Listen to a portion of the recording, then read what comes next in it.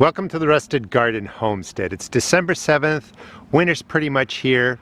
My vertical tower plants are pretty much beat up. Herbs will survive the winter here.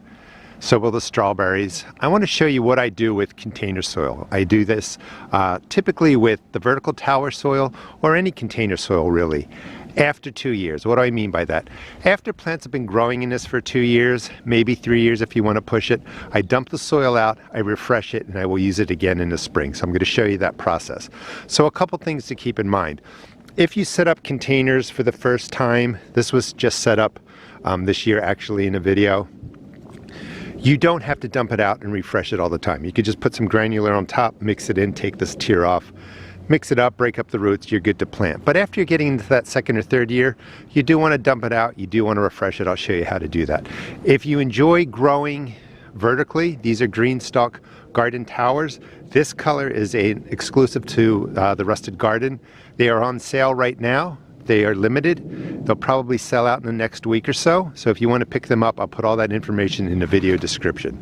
But growing vertically is a great way to save space. You can see that I have 6 towers here. They were filled with plants, peppers, tomatoes, all kinds of different crops. All right, let me get to showing you how I refresh the soil and store it really for the winter. This is the basic setup I would use for all of my container mix. It's 2 or 3 years old. When we get to the next part of the video, consider that first layer that goes into the blue kiddie pool, consider that potting mix from a bag because it's still really good stuff. But I wanted to show you this, it'll make sense. So this is the 2 or 3 year old potting mix. It's pretty much spent. You know, it looks okay when dark, but it's starting to kind of lose its sponginess. So what I would do is first take a couple handfuls of any fertilizer that has N, P, and K represented, you know, 2, maybe 2.5, and then you would mix it through.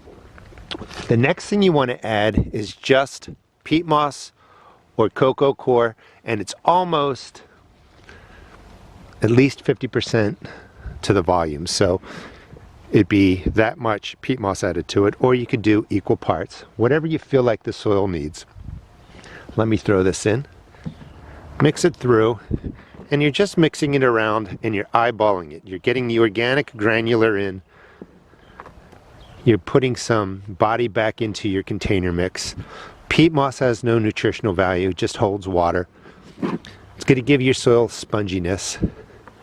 But I like to refresh my potting mix, my container mixes, really in the winter and just give it time to sit. So I do this again every 2 to 3 years. I just want to stress that you don't have to do this yearly. This stuff is not even a year old. Well, it's 1 season old, and I just wanted to show it to you. It is just really in good shape. You know, it's not all broken down, it's nice and fluffy, and this is sort of the amendment that I'm going to use with other container soil that's 3 years old, and some of that is right over here. It just doesn't look as good, you know. The organic matter's all broken down. So what you're doing is you're taking some quality stuff like this, mixing it with other container soil that's 2 or 3 years old, and when you blend them together, you get a great container mix. You could also add in some peat moss or cocoa coir to this. You could add in compost, but I want to show you what I do in the winter. It's just, you know, short and simple, and this will work. So I love the vertical towers because they break down easily. The tower in the middle has been with me for 6 years. It stays full just about all the time except when I dumped it about 2 or 3 years ago. Holds up to the UV rays, it doesn't crack, it takes the Maryland winters really well. This is a great system. So I've already dumped in about 2 containers worth of container mix. I'll do a third, and this again is pretty good stuff. This is what I would kind of use to amend the lesser quality soil, but you get the idea. Dump it out. You have, you know, a good amount there, somewhere close to that. I use a kiddie pool. There's holes in the bottom so it drains, and this is just going to sit here for the winter. And come spring, when it's warmed through, it's no longer frozen, I'll refill the containers. I'll probably amend them a little bit come the spring, but this is what I do for the winter. So this is any organic granular fertilizer that has nitrogen, phosphorus, and potassium represented, N, P, and K represented. Nice heavy handful there, there, there, and another one. You really want to get, maybe a fifth one, you really want to get the organic granular, the organic granular fertilizer through your container mix. Container plants are heavy feeders, so you really want to load it in there. You could go ahead and throw in some compost now if you want to, but I'm going to do more of that in the spring when it's warm. As I fill up these containers, I might take half of the quantity here, put in some compost, and just kind of build each container up come springtime. But for everything that I've already used, it gets dumped right into here. This is the end product. I'll be showing you how I set this up basically. But the first layer was potting mix. It was only a year old, so it still had its sponginess to it, still had organic matter in there, so this stuff looks good.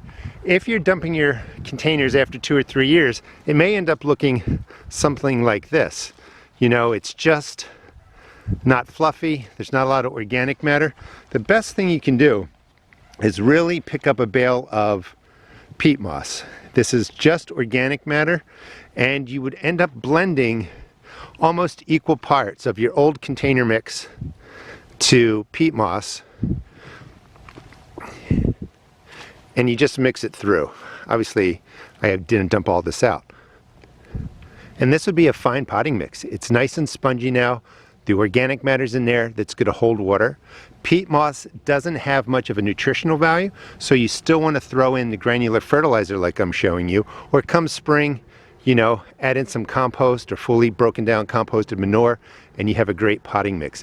But it's really the addition of peat moss to your spent container soil that re-spongifies it, if that's a word, puts in organic matter that's going to hold water and really set you up with the container mix you can use again. And this stuff still looks pretty good, like I showed you. That's why you can go a couple of years before you have to really refresh your container mix. So I would mix all the fertilizer through. This looks good. Now let me put in some of the lesser quality stuff, show you what that looks like when we blend everything together. So what I'm putting on now is container mix. It's been in the containers for a good 3 years. And you can see, you know, it looks okay, but the organic matter's really been used up. It's more sandy, not as much peat moss, compost mixed in there. It's just not as good. The roots are kind of growing throughout there. You will want to break this up. But after that 2 or 3 year period, you're just blending old stuff with the newer stuff, or you're throwing in some peat moss, some compost, and you can just reuse it. And again, as I fill these up in the spring, I'm not going to fill them all the way to the top with this.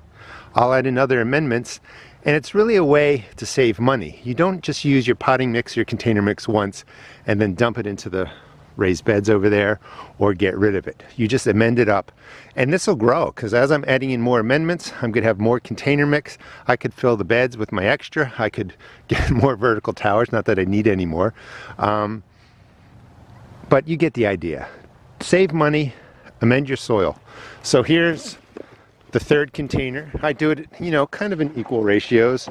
3 better quality stuff, some of this older stuff, break up the root ball.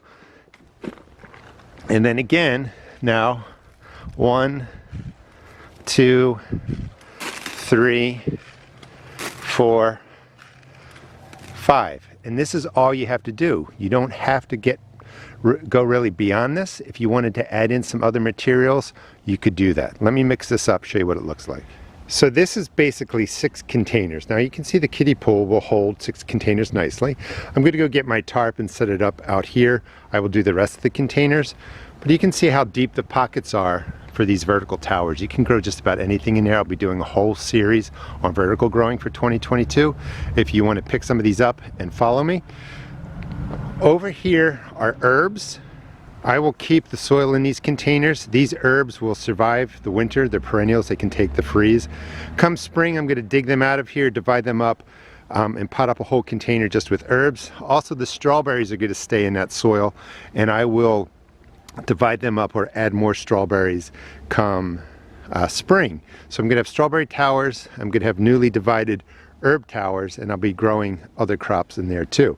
You don't have to empty out your containers if you feel like they can take the freeze and be okay, The materials, the plastics that Greenstalk Garden uses are just wonderful. They hold up to the winters, they don't crack. None of these have been degraded by the UV rays. That's really, really important if you're spending your money on any kind of container, if it's a small one like this or a vertical tower system. You want to make sure you have the UV protection because these could stay outside.